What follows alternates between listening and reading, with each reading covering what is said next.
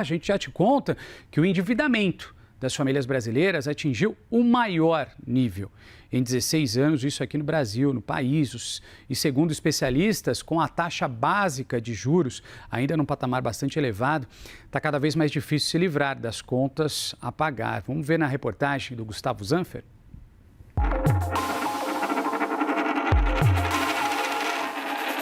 Imagine que 1/3 de todo o dinheiro que você recebe no mês já tenha dono antes mesmo de você chegar ao supermercado. O Banco Central confirma que mais de 29% da renda das famílias brasileiras estão comprometidos com dívidas e juros. Não é aluguel, não é comida, é o custo do dinheiro. A Vânia é artesã e vive essa estatística na pele. Ela admite que faltou educação financeira, mas reforça a realidade de milhares de brasileiros. Com o salário curto, sobreviver sem crédito é quase impossível. Faltou um planejamento, né, uma educação financeira na minha vida. Fui levando, assim, as coisas de acordo com o que aconteciam. Precisei fazer, em alguns momentos, empréstimos consignados, a partir do momento que ficaram consignados, né, outros empréstimos anteriormente, para algumas compras ou financiamentos. Vânia financiou um carro, virou mãe solo e fez consignados. O que era plano virou armadilha quando os imprevistos chegaram. Então eu acabei, ou mesmo para eu conseguir na época a vaga de creche para minha filha, eu precisei pagar um advogado. Para guarda também precisei pagar advogado. Então tudo isso foram questões que saíram do plano, né? A história da Vânia não é isolada. Atualmente, 8 em cada 10 famílias estão endividadas, o maior nível em 16 anos. E o vilão tem nome: a taxa Selic. No último ano, o juro básico bateu 15%, o maior patamar em 2 décadas. E mesmo com o último corte, o peso nas costas do consumidor não diminui. A taxa que o consumidor lida no dia a dia é muito maior do que 15%. A média aí das operações de crédito ela é de 60% ao ano. A expectativa para o final do ano é que a taxa Selic ainda continue muito alta, acima de 12%. Ela ficou no patamar elevadíssimo por um período bastante longo. E quem deve, em geral, deve no cartão de crédito. Em 2020, o professor de Educação Física Antônio Ramalhete abriu uma vidraçaria com a esposa. O negócio parecia promissor, mas vieram os desafios.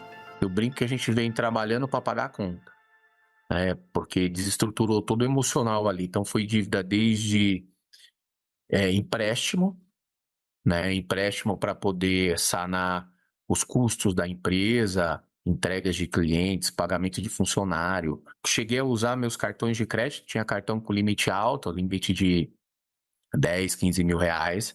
Eu cheguei a usar para poder fazer o dinheiro mais rápido, para poder suprir as necessidades. O rotativo do cartão de crédito é uma das opções mais acessíveis e mais perigosas ao consumidor.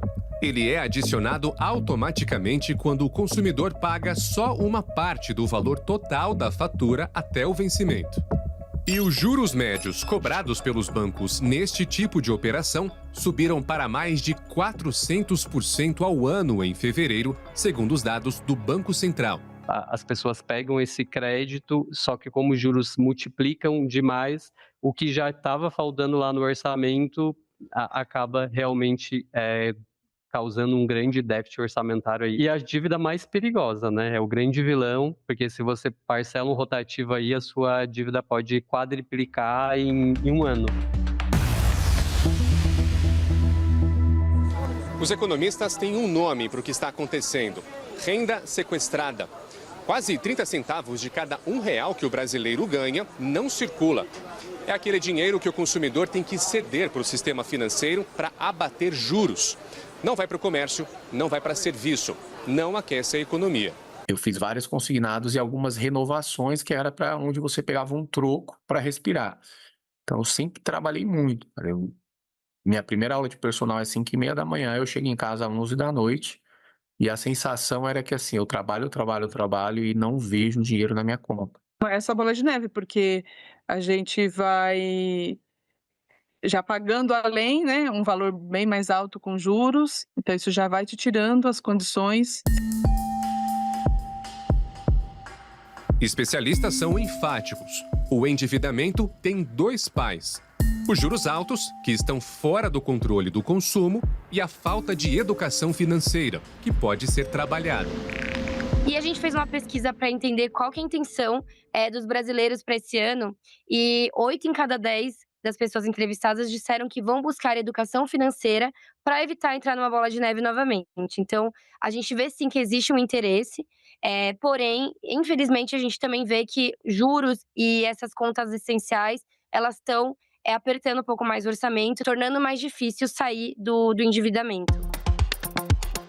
Da perspectiva de analistas, para os próximos meses, o cenário segue incerto.